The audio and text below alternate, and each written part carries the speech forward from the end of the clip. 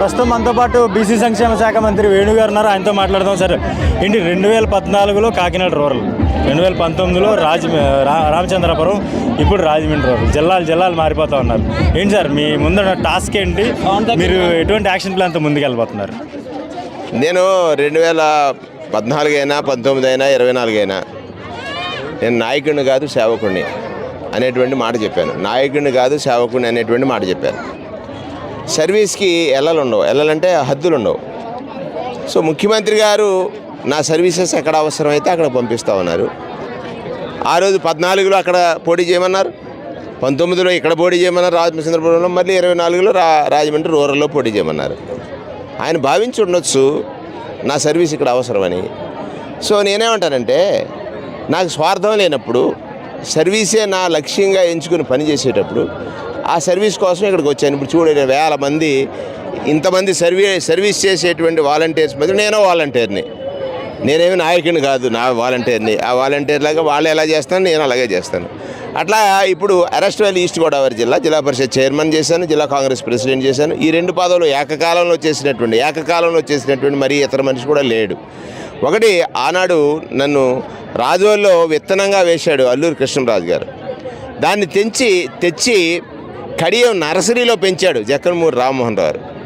చూడండి, కడియం నర్సరీ అంటే దేశవ్యాప్తంగా ప్రాముఖ్యం ఉన్నటువంటిది. దాన్ని చెట్టుగా మార్చి రాజశేఖర రెడ్డి గారికి బహుమతిగా ఇచ్చాడు.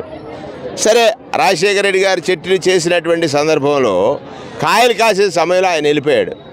కానీ ఇవాళ వారి కుమారుడు జగన్మోహన్ రెడ్డి గారు సంక్షేమ ఫలాలంటే పళ్ళే కదా, ఆ పళ్ళు కాసేటువంటి చెట్టుగా నన్ను మార్చేశాడు. ఎందుకంటే బీసీ సంక్షేమ మంత్రి అంటే ఈ రాష్ట్రంలో సంక్షేమం 2,68,000 కోట్ల రూపాయలు ప్రజలకు ఖాతాలలో నేరుగా వాళ్ళ ఒడిల్లో పడుతుంది. ఆ సందర్భంలో 1,90,000 కోట్ల రూపాయలు నా శాఖ నుండే వెళుతున్నది. అలాగే ప్రభుత్వం చేసే ప్రతి మంచి పనిని వివరించడానికి మంచి I&PR మంత్రి ఇచ్చారు. దానితో పాటు రాజమండ్రి రూరల్ నియోజకవర్గంలో 15 సంవత్సరాలుగా నాకు గురువర్యులు శ్రీ జక్కంపూడి రామ్మోహన్ రావు గారు మంత్రిగా చేసిన తర్వాత ఈ నియోజకవర్గ ప్రజలు మంత్రి అనేటువంటి మాటకు దూరంగా ఉన్నారు. మరలా మంత్రిగా నన్ను జగన్మోహన్ రెడ్డి గారు ఇక్కడికి పంపించారు. 24లో వైఎస్ఆర్ కాంగ్రెస్ పార్టీ విజయం తథ్యం.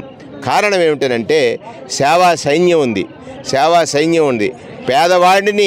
పేదవాడిని రక్షించడానికి, కాపు కాయడానికి వాళ్ళ ప్రాణాలకు తెగించి వాలంటీర్సు కరోనా లాంటి టైంలోనే పేదవాళ్ళని ఆదుకుని ఉంటే, ఇవాళ మిమ్మల్ని తీసేస్తానన్న పవన్ కళ్యాణ్ని, లేదా ఈ వ్యవస్థ ఎందుకు అని అడుగుతున్నటువంటి చంద్రబాబు నాయుడిని, మహిళా పోలీసులు ఎందుకండి వీళ్ళని అడుగుతున్నటువంటి చంద్రబాబు నాయుడిని, లేకపోతే వీళ్ళ మీద విషపు రాతలు రాస్తున్నటువంటి ఈనాడుని కానీ, రామోజీరావు కానీ, రాధాకృష్ణ కానీ, లేకపోతే ఇక ఈ TV5ని కానీ, వాళ్ళతో పాటు రోజు ఒక స్ట్రాటజిస్ట్ పీకే, లేకపోతే ఇంకొక పక్కన ఉన్న లోకేష్ మాట్లాడుతున్నటువంటి మాటలను కానీ, ఒక్కటి ఈ సేవా సైన్యం ఎలా మారిపోయారంటే, ఆ 50 ఏళ్లలో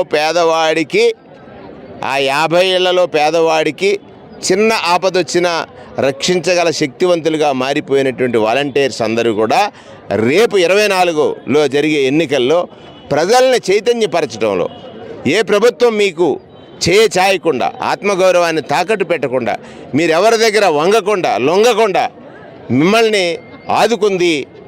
కారణం, ఈ వ్యవస్థల్ని సృష్టించింది సంస్కర్తగా మారిన జగన్మోహన్ రెడ్డి గారిని ముఖ్యమంత్రిగా చూస్తున్నారు అందరూ. సంస్కర్తగా చూస్తున్నాను నేను. ఒక సంఘ సంస్కర్త నాడు మహాత్మా జ్యోతిరావు పూలే సామాజిక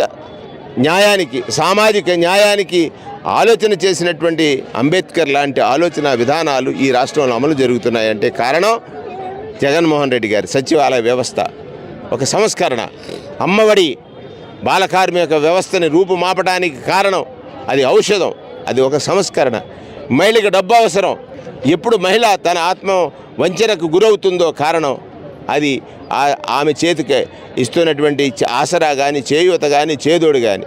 మరి జబ్బు చేస్తే డబ్బు, ఆరోగ్యశ్రీ 25 లక్షల రూపాయల ఆరోగ్యశ్రీ కార్డుని వాడి చేతిలో పెట్టి, అంటే పేదింటి వాడికి జబ్బు చేస్తే డబ్బు కోసం భయపడాల్సినటువంటి పని లేకుండా క్యాన్సర్ని కూడా దానిలో తీసుకొచ్చిన మీద అదొక సంస్కరణ. నేను అందుకే అంటాను రాజమండ్రి రూరల్ నుంచి సంస్కర్త నీకు సలామని ఈ రాష్ట్రం అంతా కూడా చెప్పబోతుంది. సంస్కర్త జగన్ సలాం సలాం సలాం అనేటువంటి మాట. ఈ నియోజకవర్గంలో ఇక్కడ ఉన్న పరిస్థితుల్ని మీరు ఎలా అవగతం చేసుకున్నారు? చాలా తక్కువ సమయం ఉంది ఎన్నికలకి, ఎలా ముందుకు వెళ్ళబోతున్నారు? ఈ ప్లానింగ్ ఎట్లా చేసుకోవాలి? ఈ నియోజకవర్గంలో పరిస్థితులు చూశాను. ఇక్కడ సైన్యం అంతా బ్రహ్మాండంగా ఉన్నారు. వారికి భరోసా ఇవ్వడానికి నన్ను జగన్ గారు పంపించారు.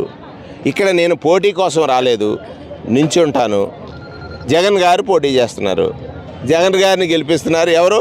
ఈ సైన్యం అంతా. వేణుగోపాలకృష్ణ ఎవరి రూపం, ఎవరు ప్రతినిధి? జగన్ గారి ప్రతినిధి. జగన్ గారు ఇంత మంచి చేసిన తర్వాత ఆయన గెలుపు కోసం పనిచేయని వాడు ఎవరుంటారని ప్రతిపక్షాలు భ్రమలో ఉన్నాయి. అసలు వారు ఎవరు వస్తారో, రేపు పోటీ ఎవరు చేస్తారో చూసిన తర్వాత మనం మాట్లాడుకోవడం మంచిది. ఇక 24లో వైఎస్ఆర్ కాంగ్రెస్ పార్టీ గెలుపు. ఇక్కడ ఈ వాలంటీర్ నుంచోబెట్టినా కూడా ఖాయం. వాలంటీర్ని క్యాండిడేట్ చేసినా కూడా రాజమండ్రి రూరల్లో వైఎస్ఆర్ కాంగ్రెస్ పార్టీ గెలుస్తుంది. మొత్తం 175 నియోజకవర్గాలు ఇదే పరిస్థితి అనుకోవచ్చు అంటారు. ఖచ్చితంగా చంద్రబాబు నాయుడు బెంబేలు ఎత్తిపోతున్నాడు, కంగారు పడిపోతున్నాడు. కారణం ఏమిటంటే అందరి మీద బండలేసేసాను, రోజు రాతలు రాయించేశాను, జనం నమ్మేశారు. ఆ ఎమ్మెల్యే చెడ్డోడు, ఈ ఎమ్మెల్యే చెడ్డోడు, ఈ ఎమ్మెల్యే అవినీతిపరుడు, ఇతను అవినీతికి అడ్రస్సు, ఇతను మోసానికి, వంచనకి, కుట్రకి, దగాకి ఎవడరా రూపం అంటే చంద్రబాబు నాయుడు. అబద్ధం ఎలా ఉంటుందిరా అంటే చంద్రబాబు నాయుడులా ఉంటుంది. కానీ ఇప్పుడు జగన్మోహన్ రెడ్డి ఆట ముందు, ఆయన ఫీల్డింగ్ ముందు, ఆయన బౌలింగ్ ముందు, ఆయన బ్యాటింగ్ ముందు షేక్ అయిపోతున్నాడు చంద్రబాబు. అదే చూసుకోవచ్చు. మొత్తం ప్రతి నియోజకవర్గంలో కూడా సీఎం జగన్ నేరుగా పోటీ చేస్తున్నారనే తపనతో మొత్తం అందరూ కూడా వాలంటీర్లు కావచ్చు, ఇటు పార్టీ శ్రేణులు కావచ్చు, మొత్తం అందరూ కూడా అభ్యర్థులను గెలిపించే దిశగా ప్రయత్నాలు చేస్తున్నారని చెప్తా ఉన్నారు మంత్రి వేణు. అయితే ఈ నియోజకవర్గంలో ఉన్న స్థానిక పరిస్థితుల్ని ఇక్కడ అవగతం చేసుకునేందుకు కూడా తాను ఇప్పటికే ప్రణాళికాబద్ధంగా ముందుకు వెళ్తున్నానని చెప్పేసి కూడా మంత్రి వేణు చెప్తా ఉన్నారు. ధవళేశ్వరం నుంచి నేను శ్రీధర్, ఐ డ్రీమ్ న్యూస్.